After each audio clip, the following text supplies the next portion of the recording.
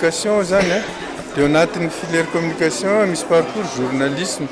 everina fa zava-dehibe zay zavatra ary amin'ny ty taona ity zao ny fanatsarana dia le hoe fampitaovana mihitsy le parcours na le amin'le mention misy azy mihitsy amin'ny communication ny fitaovana mifanaraka amin'ny toetrandro toy izay fitaovana ampiasainareo eto everiko fa zay ny zava-dehibe aloha zany a dia ny fampidirana an'ireo mpianatra tokoa avy hatrany amin'ny tontolon'ny asa fanaovan-gazety misy isan-karazany moa ny asa fanaovan-gazety nareo mahafantatra tsara misy journalisme samy hafa tsy zay za tsy nareo mahay bebe koa nino ay misy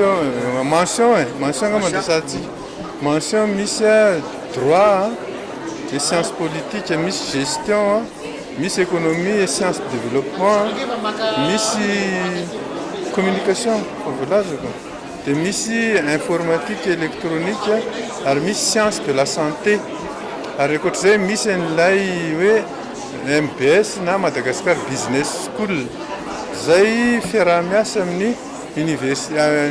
institut antsoina hoe USEG School any Lille sy Paris reo zany no zavatra misy eo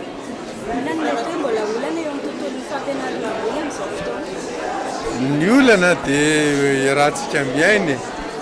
le fampifandraisana le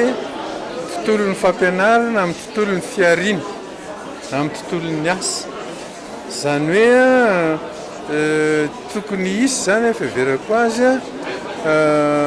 observatoire de l'emploi zany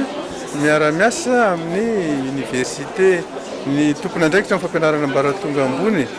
zay zao ny everiko hoe zava-dehibe ary izay ao amin'ny asa moa zany dia mieritreritra hoe anamafy ny fiaraha-miasa amin'ny entreprise samihafa azona mamantatra hoe inona ny filana fa raha tsy zany hoe lasa mamokatra olona tsy hanasa fotsiny eo zao ny olana be amintsika eto Madagasikara hoe ny fandrindrana ny fampianarana totsika manomboka hatrany amin'ny ambaratonga voalohany io tany ambaratonga fototra fampifanarahana ny fampianarana tetontsika amin'ny tontolon'ny asa le tontolon'ny asa koa nefa mivoatra tsika zatra n'le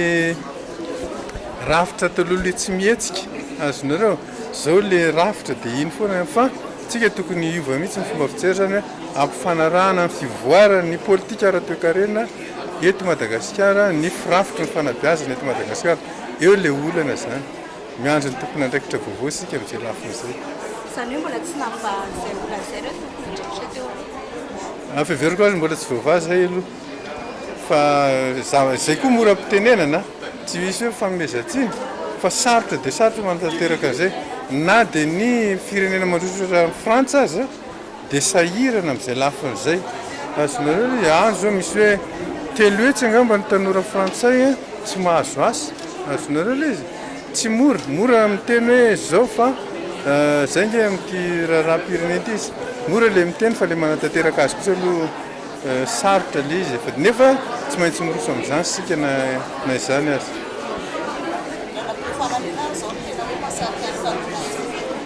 ny lalam-pifana masarika ny tanora zao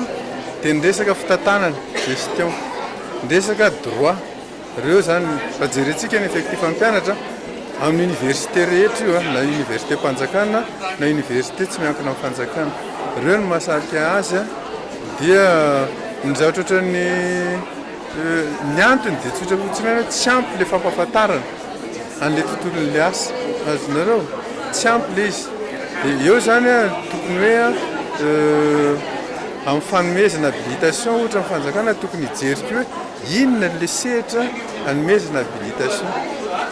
mba tonga n'le fampianarana zany manomana ny ankizy amin'le tontolon'ny asa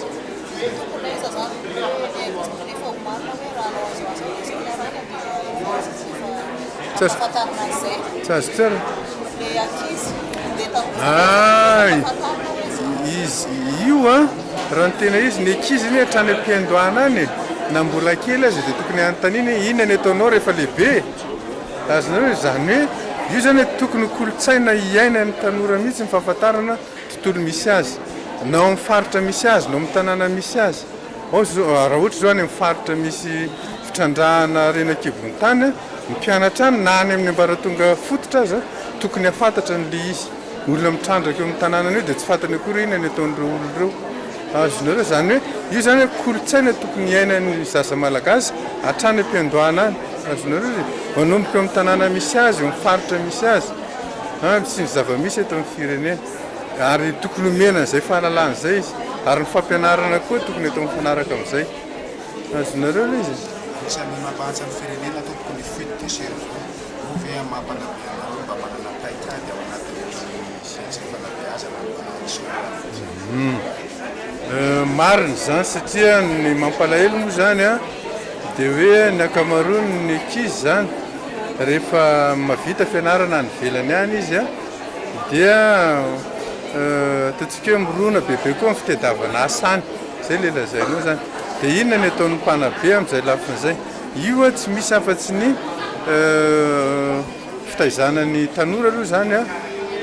anymiasina ny tanindrazana zay aloha anankiray tsampy somary tsy ampy eto amintsika ny resaka civisme azonareo ny fanomezana asina ny tanindrazana kanefa koa fampafantarana azy inona avy a no sehatra mbola azo trandrany eto Madagasikara ka tsy mila makany velany dia mety hitovy ny vola io resaka vola miditra hitovy ny vola miditra aminy eto toerana raha ohatra na makany velany izy na eto tokony hoe eto izy mahita tombontsoa bebe kokoa io na resaka tombontsoa tsy azonao anaovana toroteny azonareo raha mahita tombontsoa bebe kokoa izy any dia lasa any izy fa anjaran'ny tompona andraikitra eto anjaran'ny mpanabe no mandresy lahatra azy hoe asoavy ny tanindrazantsika zao ny tombontsoa mety ho azonareo amin'le izy azonareo zay